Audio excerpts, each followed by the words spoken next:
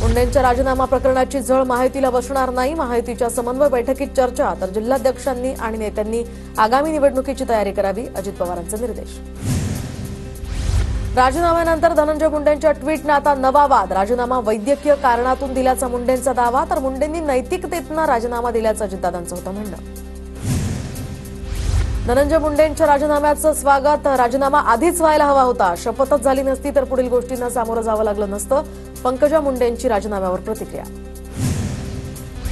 मुख्यमंत्री पारदर्शी कारभार करत असतील तर स्वागतच. मुंडेंच्या राजीनाम्यानंतर उद्धव ठाकरेंकडून फडणवीसांचं कौतुक, तर मुंडेंच्या राजीनाम्याचं खरं कारणही समोर यायला हवं, ठाकरेंकडून शंका उपस्थित.